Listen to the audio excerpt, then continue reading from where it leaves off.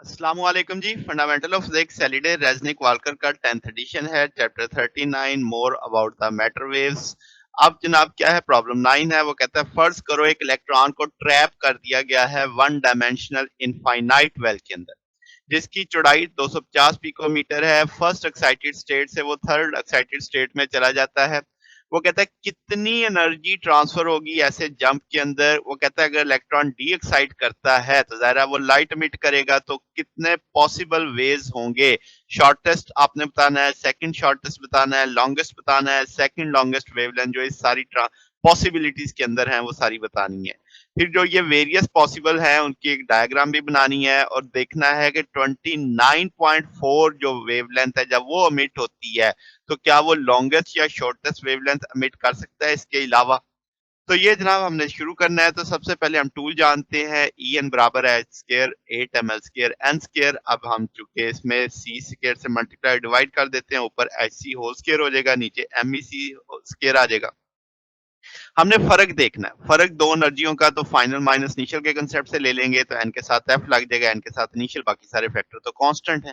Constant factor common लेके ये शक्ल आ जाएगी N F whole square minus N I square.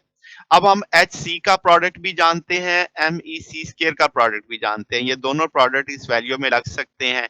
अब हम जानते हैं कि हमें 4 से 2 का जंप उसने बताया है कि भाई अब आपके पास आपने जाना है कि फर्स्ट एक्साइटेड स्टेट से थर्ड एक्साइटेड स्टेट तक। तो आपके पास थर्ड एक्साइटेड स्टेट चौथी होगी 4 नंबर पे, और फर्स्ट एक्साइटेड स्टेट 2 होगी, पहली तो ग्राउंड होती है ना। तो इस सारे को वैल्यू लग गई आपके पास, एच सी की वैल्यू डाल दी, एम ई सी स्केयर की वैल्यू डाल दी, एल की वैल्यू जानते हैं तो 72.2 इलेक्ट्रॉन वोल्ट की एनर्जी डिफरेंस आएगा। अब वेवलेंथ की बात कर लेते हैं तो मुख्तलिफ वेरिएशन चेक करते हैं। तो डेल्टा ई बराबर होता है H C over delta lambda, delta lambda cross कर देंगे, डेल्टा ई इधर ले आएंगे, डेल्टा ई की सारी वैल्यूज जानते हैं वो वैल्यू नीचे डाल दी। अब ये जो बटे के नीचे बटे वाला फैक्टर है इसे उठा के ऊपर ले जाएंगे, एच सी इस एच स्केयर से एक दफा कट जाएगा, नीचे सिर्फ एच सी रह जाएगा, तो वो बच गया, बाकी फैक्टर ऊपर चला गया। अब इस सारे में भी एम ई सी स्केयर की वैल्यू जानते हैं, एच सी की वैल्यू जानते हैं, एल की वैल्यू जानते हैं। तो पहला जंप मैंने कंसीडर किया 4 से 1, जो पॉसिबिलिटीज अब हम डिस्कस करेंगे। तो 13.7 नैनोमीटर आएगा। चौथे से दूसरे में जंप लगता है तो 17.2 नैनोमीटर आएगा। दूसरे से पहले में जंप लगेगा तो 68.1 नैनोमीटर आएगा।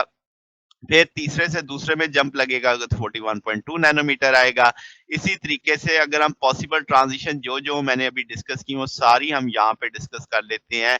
तो अब ये जो 29.4 का जंप है ये कॉरस्पॉन्ड कर रहा है जब हम चौथे से किस में आ रहे हैं, तीसरे में। तो अब आप कह सकते हैं कि ये भी तो हो सकता था कि तीसरे से पहले में आते तो मगर दो टुकड़ों में आते, कि पहले तीसरे से दूसरे में जाते, दूसरे से पहले में जाते। तो जो लॉन्गेस्ट वेवलेंथ है वो तभी पॉसिबल होगी जो दूसरे से हम पहले में आएंगे। तो 68.7 जो हमने यहाँ पे निकाली कि दूसरे से पहले वाली सबसे लंबी जंप लगती है आपकी। अच्छा, फिर आपके पास जो शॉर्टेस्ट वेवलेंथ हो सकती है वो तीसरे से पहले की है 25.8 नैनोमीटर की।